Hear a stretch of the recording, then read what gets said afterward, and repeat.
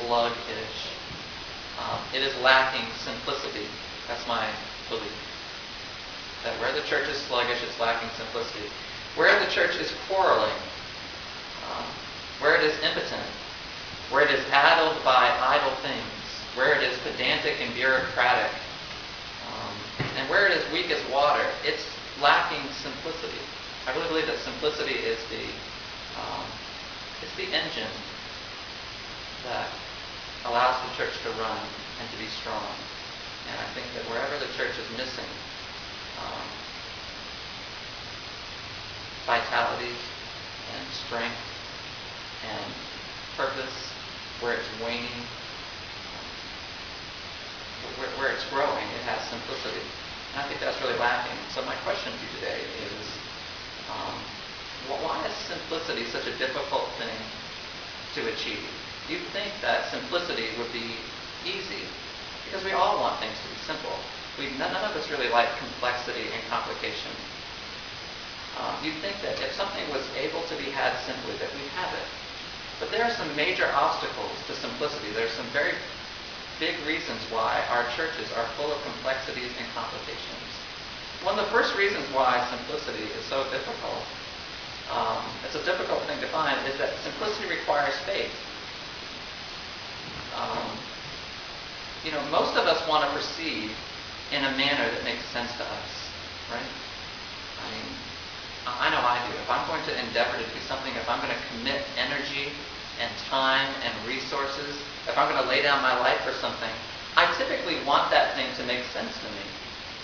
Okay?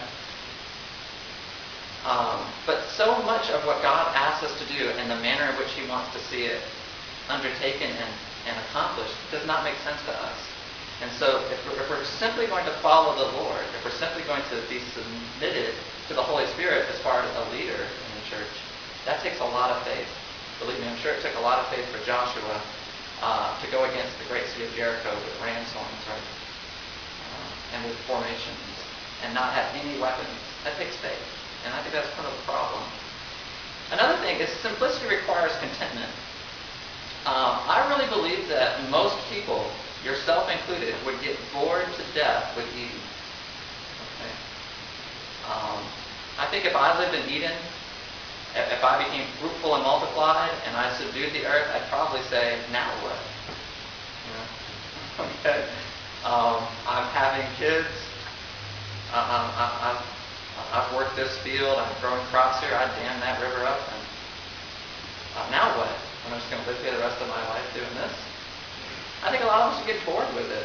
And I think the problem with simplicity oftentimes is it's simple. And it's unvarying. It's what God ordains, and I think we just get bored with it. And I think because we're not content with the simple plan that God has for our lives and the simple manner in which we're going to take it, I think a lot of us make things complicated and complex because we get bored with what God wants. That's a major obstacle. And I think the last reason why simplicity is difficult is simplicity requires submission. I think most people would rather struggle in independence than thrive in dependence. I think for a lot of us, we'd much rather say, okay, I'm interested in what God is doing. I like the work of the kingdom.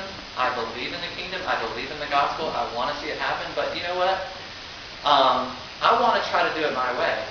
And I'll spend my whole life working for the kingdom, Lord, and I'll probably make a pretty good dent in it, but I need to do it my way. And I think we'd rather struggle our whole lives and have independence than thrive and be very dependent. I think that's just the way we are. Well, for me, I, for one, refuse to spend my life in ministry adding to the complications and complexities in the church. Okay? I'm pledging to spend the balance of my life in ministry pursuing mere Christianity, pursuing a simple Christianity. That's the pledge that I've made in my life and have made for some years now, and which I really want to see you pledge as well. My question for you today, are you willing to have a simple Christianity? Are you willing to cast off all the complexities and complications which have been born of a stubbornness, a rebelliousness, a discontent, and are you really willing to do the very difficult and dangerous and thorough thing of having a simple Christianity. That's my charge to you today, and I think that I'm going to give you some ammunition for it, some basis for it, in this discourse that God gives to his disciples here in Matthew chapter 23. Some of you might be saying, well, a simplistic Christianity is a dangerous thing. I know that when I was working in a house church ministry in Phoenix, that a lot of the objection that we got from other pastors or denominational people is they thought that it was too free, of constraints, and it was too free of accountability and so on and so forth. And I understood their concerns. I shared some of them. But there are a lot of arguments against simplicity. And I think that a lot of those arguments are shot down here in this passage. The first one I want to make to you today is that there is no lack of leadership in the church.